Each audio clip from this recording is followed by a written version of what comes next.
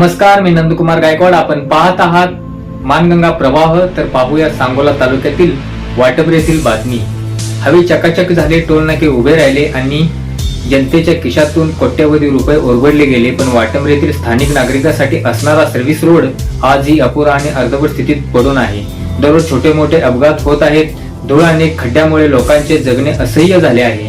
या सुस्त प्रशासनाला आणि कंत्राटदाराला शुद्ध आणण्यासाठी आमचे प्रतिनिधी सकाराम पवार यांनी घेतलेला ग्राउंड रिपोर्ट पहा. तरी आज आपण आहोत राष्ट्रीय महामार्ग सोलापूर कोल्हापूर या महामार्गावर आहे. तालुका सांगोला वाटंबरे गावामध्ये आपण आहे आणि विषय आहे अपुऱ्या सर्व्हिस रस्त्यामुळं तिथं होणाऱ्या नागरिकांना त्रास आणि रोज होणारे छोटे मोठे अपघात. यासाठी आपण या रस्त्याची पाहणी करण्यासाठी आले. येथील नागरिकांची काय मत आहे जाणून घेऊ. हे वाटंबरे गावातील रस्त्याच्या दोन्ही बाजूंचा अपुरा सर्व्हिस रस्ता हा अपुरा आहे व वारंवार मोठ्या नेतेच नेला, पुढाऱ्याच नेला, अधिकाऱ्याच नेला, कागदोपत्रे निवेदन देऊन सुद्धा हा रस्ता अपुरा राहिलेला आहे. लहान मुलं शाळेला जाणारा हायस्कूल 1 किलोमीटरवर आहे आणि किराणा व्यवसाय मोठा असल्यामुळे वाटंबरे गावाला येणारे शहरी वस्तीचे आणि पिंपरी माळ्याचे लोक हे ह्या रस्त्यानं रहदारी मोठ्या प्रमाणात आहे.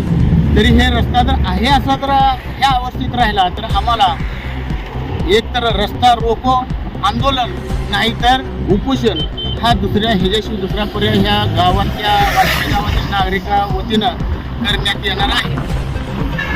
तरी या रस्त्याची अशी परिस्थिती असल्यामुळं आणि या गावामध्ये शेरे वस्ती व पिंपरीमळा ही 2 मोठ्या लोकसंख्येचं मळा आहेत. अर्थातच या मळ्यातून जाणारी शाळेला जाणारी मुलांची संख्या सुद्धा तेवढीच जास्त आहे. परंतु विषय असा झाला की अपुरा सर्व्हिस रोड असल्यामुळं मेन सर्व्हिस रोड तयार नसल्यामुळं मेन छोटे मोठे अपघात घडवांना निवेदन देऊन सुद्धा नाही. कित्येक महिना झाला तुम्ही पाहू शकता हे रस्ता. या जिल्ह्याचे पालकमंत्री माननीय गोरे साहेब येतात, परंतु कुठल्या तरी इलेक्शनच्या वेळेला येतात आणि आपलं राजकीय भविष्य आपलं राजकीय गणित जुळवून कुणीकडे तर चिता स्थापन करून जातात. परंतु तालुक्यातल्या जनतेकडे त्यांचं कसलंही लक्ष नाही. आणि मुलाला आहे की पालकमंत्री गोरे यांचं सांगोला तालुक्यात चालणारं हे काळं राजकारण थांबलं पाहिजे आणि सर्वसामान्यांच्या